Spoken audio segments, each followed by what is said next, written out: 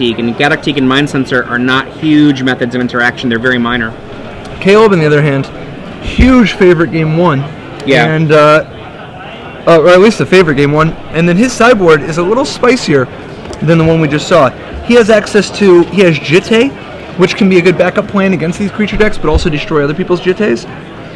He has, let's see, Caselli Pride Mage to solve unknown problems. And he has the same Mortar Pod that we saw before, but interestingly, he has Humility. Humility can completely shut down some of these decks, and then you just overpower them with the raw number of creatures you have. And Caleb gets to play here. Caleb on the play. I mean, I don't know that that advantage actually is all that meaningful to him, because he's got such a strong edge game 1 anyway. See, what I'm hoping is that we see one of those, Caleb plays Green Sun Zenith on turn 1, Josh plays Mother of Runes on turn 1, and then Caleb kills it. I would be okay with that. That would mean that Caleb wins, and I'm always a fan of Caleb winning. Oh, I like either person winning, but I just want to send a message to these Maverick people. This is what you get. I wonder, when was the last time Maverick won one of these tournaments? Like, it always does reasonable in Swiss, because there's lots of people playing all kinds of craziness, and Maverick's good against all that stuff. But does Maverick ever actually win? Because it always eventually has to face one of these degenerate decks that just kills it before it can do anything. Yeah, we saw, and then there's a Birchlow Ranger to make another mana here. So we got Priest of Tichana, Birchlow Ranger into Birchlow Ranger on turn 2 with that turn 1 Dryad Arbor versus a Noble Hierarch.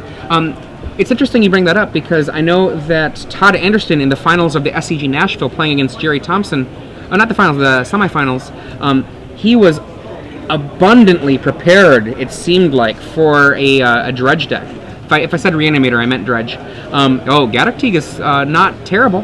Stops Green Sun Zenith. And that's something. And Todd had all of these sideboard cards, and Jerry just went right over the top of them. Absolutely. The unfair decks are really unfair. Now this is a respectable start. A Wasteland to disrupt his mana. Josh is accelerating. He's got Galactique to stop Green Sun Zenith. And Caleb even has the Green Sun Zenith in hand. Mirror Entity. Unfortunately, he has Mirror Entity, which is threatening to kill Josh this turn if he doesn't next turn if he doesn't have a Plow. Plow. Or a path. One path. That's 5 cards. And I mean, Glantzman could survive the turn by throwing blockers in the way, but all that does is stall the Doom.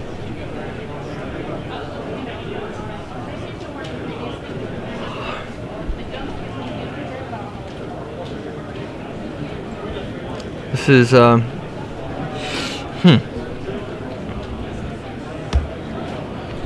Galactique comes on in. Galactique gives him the business. Take It's 3. a little bit of an ambitious attack, I think. Is he that sure he's not going to need the blocker? I don't know if he realizes just how dangerous the position he's in is. Dangerous? Isn't he just dead? Death is dangerous. And we have another land from Caleb. That's 1, 2, 3, 4, 5, 6, 7. He's going to attack with 4 7/7s. And he's doing the math himself, just making sure he's got the kill. That is an ambitious attack. But alright. Here we go. He's just verifying, do I have you? I think I've got you. Is there anything you can do? Just check. Let me check one more time. Do I have you? I think I've got you. Let me think. This is Legacy. Could you have, like, Gut Shot or something? Okay. Here we go. Wait. Why did he tap his Dryad Arbor? Or is his Dryad Arbor attacking? Blink. Oh, why did he tap his Dryad Arbor? If he would have just tapped his Priest for 3, 4, 5. Oh no, is he just 1 short? Because the Priest is 4, 5, 6. Yeah, I guess he's just 1 short. 1 shy. Horizon. That's right, because the Dryad Arbor is not an elf naturally. Horizon Canopy looking, and it's done. Alright, well. Look at that look from Josh, like, welcome to Legacy. And Caleb's like, That is the general response, I think, of the victors in Legacy often lends itself to a I want to see a top 8 where it's like an elf deck, a Belcher deck, a Dredge deck, a Sneak and Show deck. A bunch of black hats and then 1 white hat. Dude, those were all the white hats. The one black hat is I didn't realize that Delver, Delver. I was viewing the the black hats and those twirling mustache people as the combo people, and you're like, no, that's the good guy. No, yeah, the combo people, those are the people with style. The Rug Delver decks are the bad guys. They're the villains. You know, they're the people walking around wiping smiles off of faces, you know, making everybody play fair. The people playing with Grizzlebrand or, I mean, anybody who plays with like a card like Food Chain or Alurin or Serum Powder or yeah, if you're playing with any cards like that, if you're playing Hypergenesis, dude, you're fighting the good fight. Keep it up. You keep doing you. If you're playing with cards like Hypergenesis, you're fighting the good fight. Absolutely, man. Wow. Dude, you shouldn't even be allowed to play Legacy if you can't win on the second turn. What about Storm? Is ad nauseum a thing people do these days? Man. Alright, so going to the sideboard, as we said, Josh doesn't have nearly as many weapons as Wesco. He does have Ethersworn Canonist, and I think he'll probably Enlighten Tutor just because he's got to be so fast, he's so desperate. The ability to just go turn 1 Enlighten Tutor, turn 2 Canonist, at least then he has some meaningful interaction. Yeah, that is a turn 2 play that can help slow Caleb way the heck down. Caleb, of course, does have access to Artifact of Destruction in the form of a Viridian Shaman and Quasali Pride Mage in the sideboard. Right. Linvala, an underrated legacy card, very good for shutting down all of his cards, including the mana producers. It's a little slow, so it's not going to really be always the first thing he's going to do, but... A lot of people aren't used to having mana abilities shut down by cards, but Linvala returns to the days of old when you can more easily shut those things down. Yeah, it's like a null rod. Absolutely. Now, one thing I had heard from a lot of people that play Maverick, I had been asking them what had happened to the Fauna Shamans, because I had seen 4 for a long time, and I'd started seeing 0, and most of the Maverick players I talked to said that Fauna Shaman was simply too slow for Legacy. And Josh here, bucking that idea, running 2 Fauna Shamans. Which is interesting for giving, just in terms of his ability to find cards like Linval or Ethersworn Canonist. You know, he can go turn 1, Noble Hierarch or Bird. Or I'm sorry, just Noble Hierarch. Turn 2, Fauna Shaman and Wasteland your land, or plow your mana creature. Turn 3, go get a Canonist to start locking things up. Turn 4, go get he could go get either, I guess, Linvala or the Mind Sensor or Gaddock or Pride Mage, depending on what's the best way to lock his opponent from that position. I mean, and if he's got enough mana to make this kind of play work, Scrib Ranger means he could actually tutor up 2 creatures a turn, depending on how much fuel he's got to feed that Fauna Shaman. So, both players surveying their opening hand. Caleb taking a trip to Paris. Josh looks a little happier with his grip. Or happy enough, anyway. Elves is a surprisingly resilient mulliganing deck. Even though it only runs a very small amount of lands, one of the things that it needs is, so many of the cards are basically the same card, but just in different forms. The redundancy makes the mulliganing so much easier, and then the recovery from a mulligan off of a single glimpse is just so powerful. Yeah, additionally, when your deck only has a couple key cards, but those key cards are so much better than any of your other cards, often you'll gladly go down a card or 2 because every glimpse, or if you have the right mana draw, a green Sun Zenith for a Regal Force is just draw a bazillion. I mean, I think the first time that we saw that kind of style of mulliganing was Justin Gary in U.S. Nationals 1997, mulliganing like crazy for Thawing Glacier. A strategy that very much paid off for him. Not a lot of people fully understood how good Thawing Glacier was back then. Gary wanted it every game. Here we have a turn 1 Cavern of Souls to make that Noble Hierarch. Is that a human druid? I always forget. Human shaman?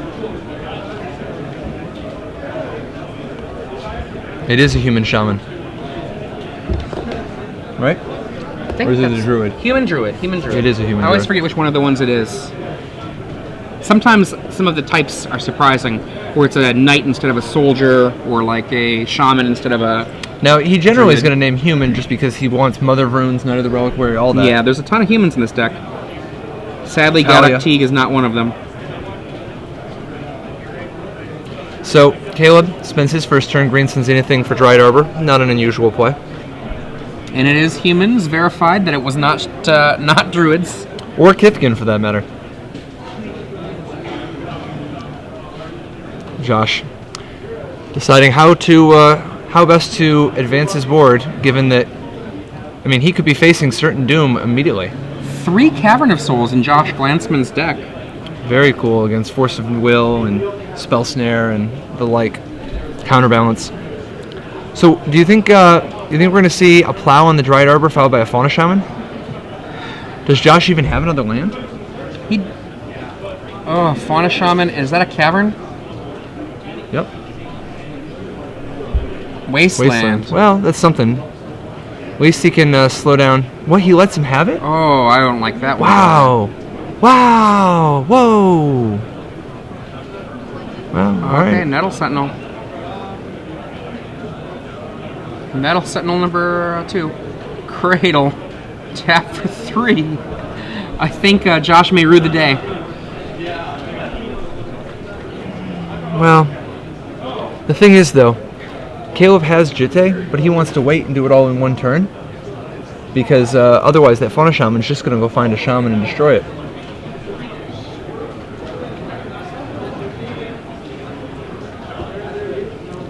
Josh needs to quiet this game down, just slow down the mana a little bit. That Fauna Shaman, he'll be able to ride it to victory. Now he only has like 1 creature in his hand though, right? So he's going to have to make it count. If he activates the Shaman, he will only have 3 mana remaining to cast whatever he would search for.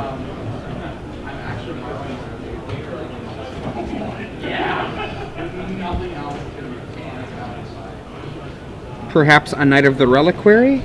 Probably like something like an Ethersworn Canonist just to slow things down. There we go. There we go. Waste Ethersworn the Canonist and Wasteland the Gaia's Cradle? It's a reasonable play.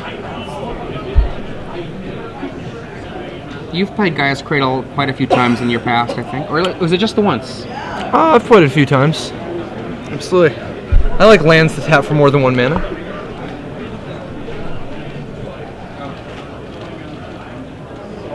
There is the Wasteland. And no, is there going to be a crop rotation? Nope. There is not. That's always the sickest feeling. Here we see a Mother of Ruins. So I think is he gonna plow the Dryad Arbor? He does not. He wants to wait again. But that's okay. It's not overtly wrong or anything. It's just the way he wants to play it, and it looks like he just wants to try to keep like a Heritage Druid off the table, or I guess protect himself from a Jitte. Who's laughing now?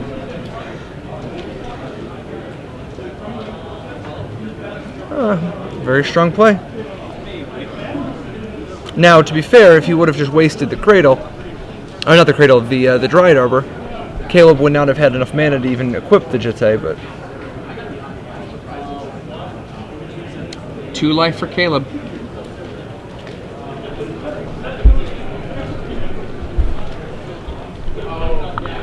And you're going to see the loss of a Knight for...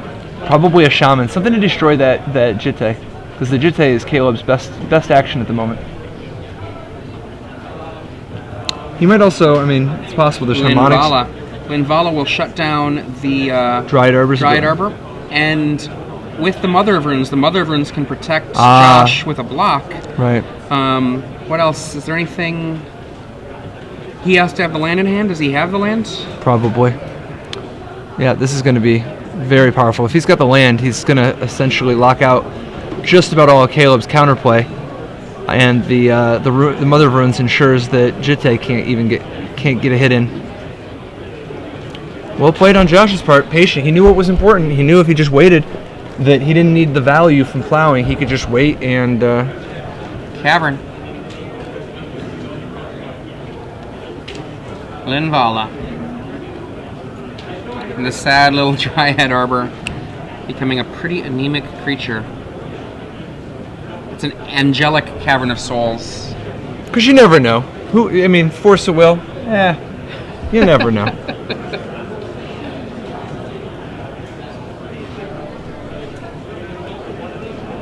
I think I'd try to put the fear of God into him or something. I'd be like, I'm going to go ahead and name Demon. Morph. That can pick up an Umezawa's Jite. It can. Caleb, nice play on the swing, on the not giving up. Instead, he's gonna tough it out. I actually thought that mother was gonna be so devastating, and that morph does not have a color. But Josh has a plow, and if he has a creature, he can solve any problem on the board now that he has that Fauna Shaman active. Yep, and there is a creature. Is that a Noble Hierarch in Josh's hand? Which is good enough to discard. In with Linvala.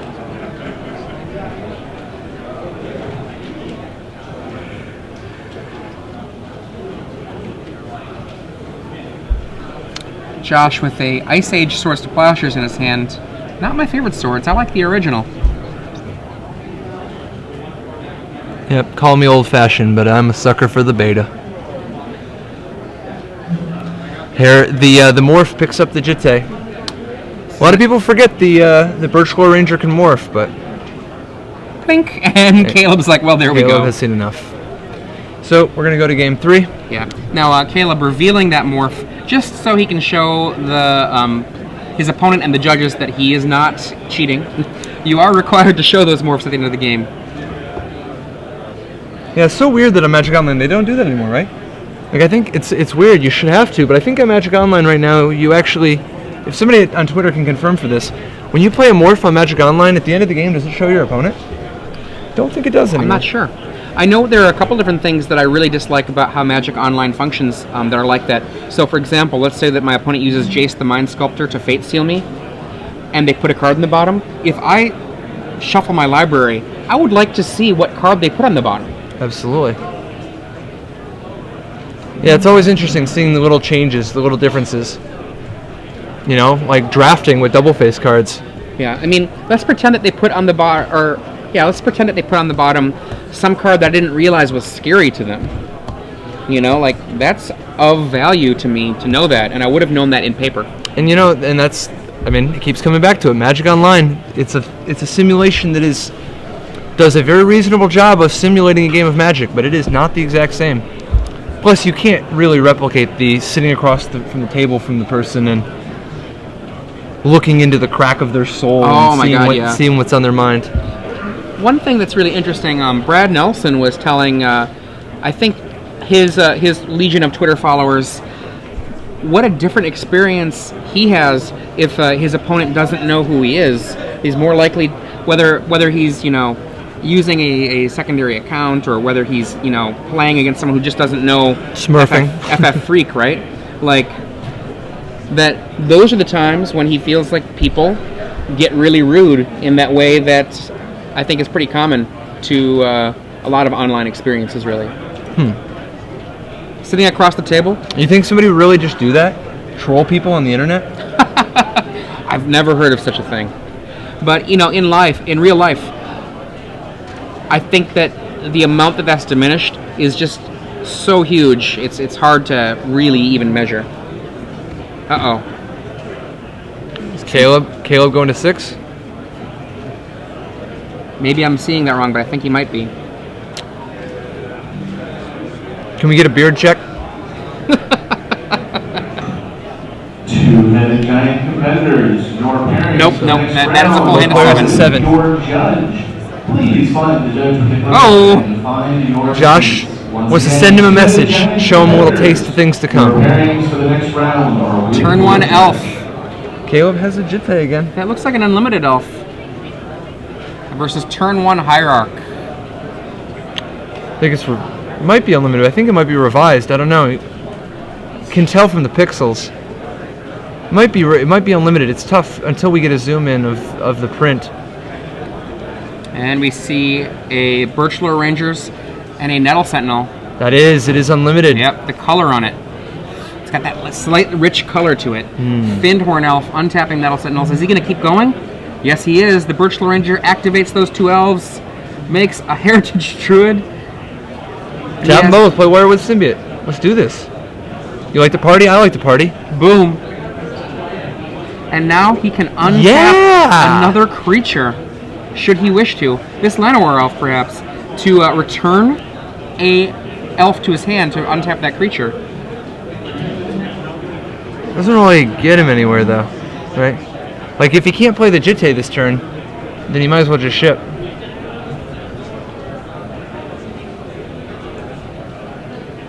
However, it's going to be a really good next turn if things don't go wrong. Returns the Findhorn Elf.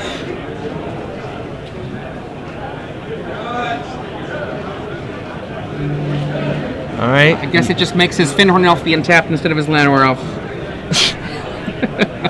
All right. Glad we settled that. Josh decides he's going to take a second turn now that he's facing 6 1/1s and 2/2s. Knight of the Reliquary. That guy's a big guy. Not bigger than a Jitte. What is he, a 2/2 right now? Yeah. And I think this active Jitte is going to be a complete nightmare for Josh if he doesn't answer it very quickly. Yeah, I mean, good lord. The Noble Hierarch gets shot down right away. Knight of the Reliquary might actually get shot down right away. Yeah, because if he tries blocking with the Knight will die. Yeah. And so will the Hierarch. The best he could do is just wait and force him to use both counters on the Knight, which will give him another mana because of the Hierarch. And the Knight does represent the same mana acceleration as the Noble Hierarch. Absolutely. Plus, the Knight could potentially grow out of Jitte range if you let it live, so that's got to be the first target.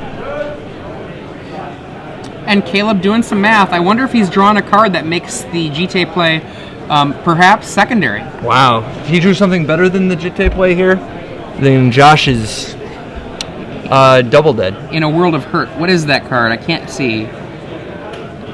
Is that a Green Sun Zenith? Very interesting.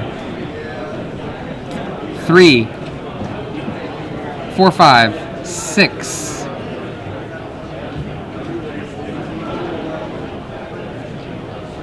Okay, wait a second. Not 0. Let's come to our senses here. Hold on. Control Z, Control Z, Control Z, Control Z. So maybe what he's supposed to do is Green Sun Zenith, go get Elvish Visionary, so that he has the card draw engine, he's drawing some cards, he's doing some business, but he also gets to hit with the Jitte. 3, 4, 5, 6.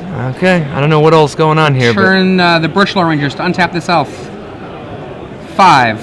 Okay, untap this. That's been used. 8. Regal Force, draw 6 cards. Green Sun Draw Zenith. 7 cards.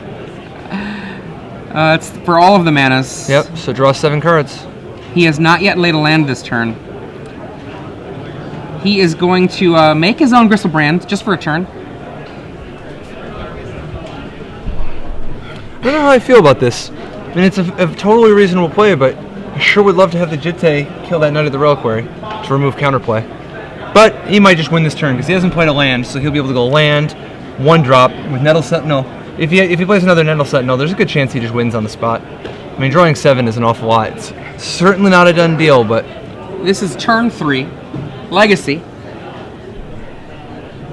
If you're just joining us, I'm Adrian Sullivan, and I'm joined in the booth by Patrick Chapin. 7 cards.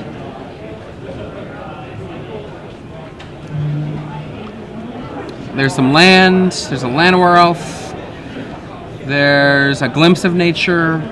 Yes, I mean, all this is cool. And, and it is. That's cool. But, like, a Jitte would just remove Josh's counterplay. Probably is not going to matter. But, at the same time, now Josh can play a Lin Vol or something. But 7 cards, Patrick. 7 cards. I know, but you could have drew, like, 10 next turn. And the Knight of the Reliquary does have the ability to, if Caleb does not have a Wasteland in play, I don't know if he has any in his deck. No Wastelands. If Caleb does not realize that there's a Maze of it that can shut down a Jitte, Josh can just maze away the Jitte as a possible answer. Granted, that does not solve the everything else that's going on here.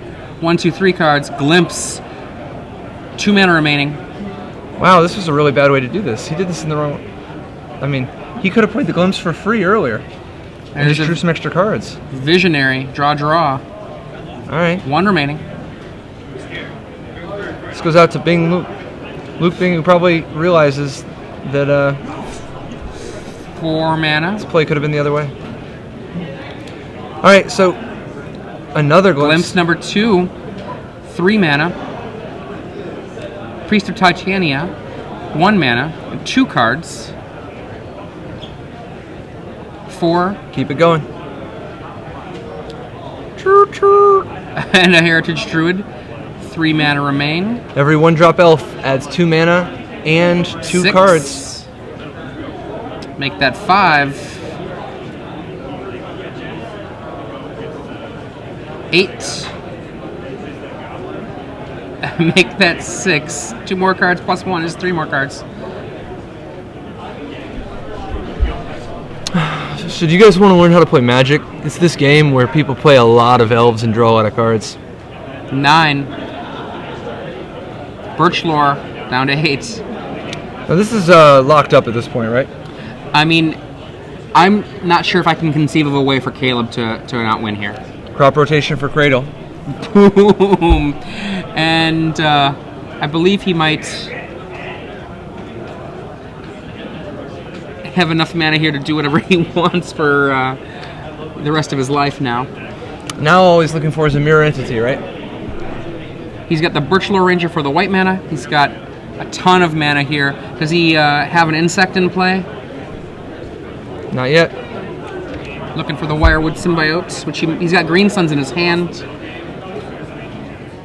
That's a demonstrable infinite mana. He started the turn with a creature in play that I believe one of those Nettle Sentinels was in play before. Wait, no, he has a symbiote buried under there. Okay. Yeah, he played a symbiote on Then turn it's 2. over. It's over right now. Well, he can't go get... Yeah, he can't go get the mirror entity yet. Like, you can't get that with the Green Sun, so he still has to but dig. he'll get there. He'll get Yeah. Surely he's just going to draw as many cards as he wants. Oh, I forgot to shuffle this in. Give me a second to shuffle this in so you can cut it afterwards. When Green Sun Zenith and the other Zeniths first started seeing play, there sure were a lot of them that would be in the graveyard after they got cast, simply because they were forgotten. Yeah, people weren't quite used to the new mechanic yet.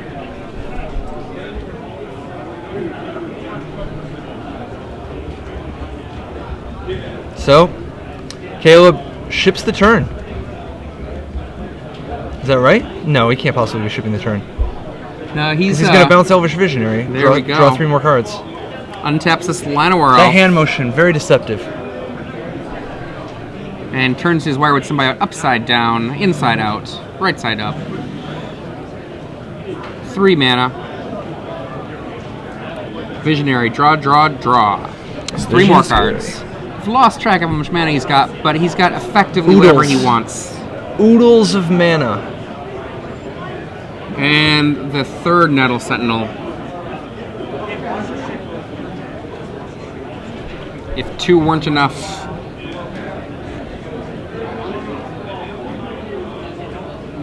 Green Suns for some number. Probably another symbiote. There it is. And remember, the Green Suns goes back in.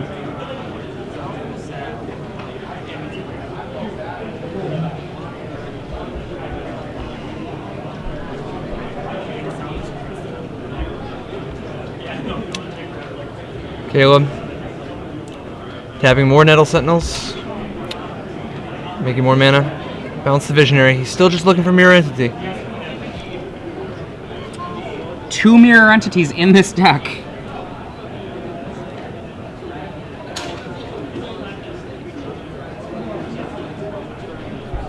Caleb being very careful, very precise. Doesn't want to mess this up. Which creatures he's thinking? Which ones were the ones that were in play to begin with? Once again, Magic players, at 30 o'clock today, we will be running. There he is, untapped with that. Untapping the Birch Lore Ranger with his Wirewood Symbiote. The format is a lot of fun. It's $30 to play. Mortar Pod. 3 o'clock. This sounds like something you'd like to do. Come on up and talk to me. Plays a Nettle Sentinel. He's continuing to just dig through his deck. Eventually Mirror Entity will join the party. Visionary. He's actually surprisingly light on gas, but still has probably almost surely enough to not fizzle. There's another 3 cards. There we go. Make some mana. Show you the mirror entity. Once again, we're in the stage of the game where the elf player tries to reason with his opponent.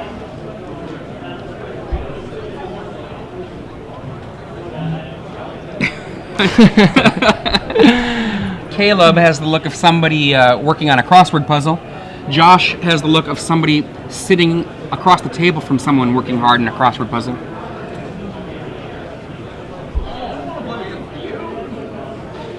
Okay, Josh backs his cards in. And that's the end of the match. Caleb with Elves defeats Maverick 2-1. These Elf decks, definitely explosive, particularly against a field without Force of Wills.